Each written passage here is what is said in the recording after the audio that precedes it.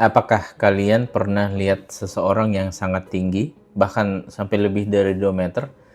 Nah, punya badan yang tinggi tentu menjadi impian dari banyak orang. Tapi mungkin saja kenyataannya tidak seindah itu ya.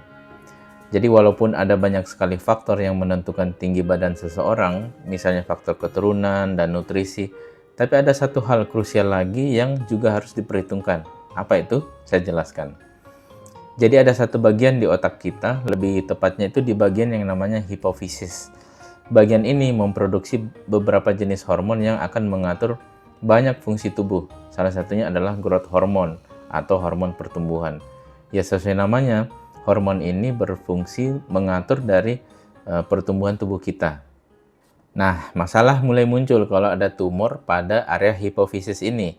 Apalagi kalau kebetulan tumor tersebut mempengaruhi produksi dari hormon pertumbuhan, sehingga produksi hormon pertumbuhan ini akan berlebihan, sehingga akan mendorong pertumbuhan tubuh yang juga berlebihan pada penderitanya.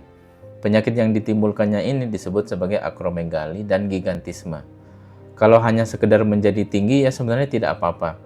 Tapi pertumbuhan yang tidak normal ini juga ternyata menimbulkan banyak efek samping merugikan.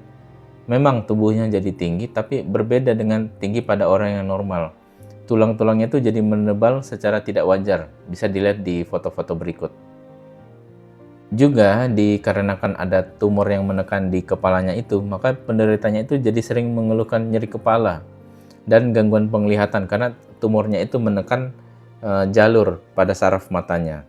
Dan pasien akromegali dan gigantisme ini sering meninggal dikarenakan banyak komplikasi, terutama dari kegagalan fungsi jantung dan diabetes.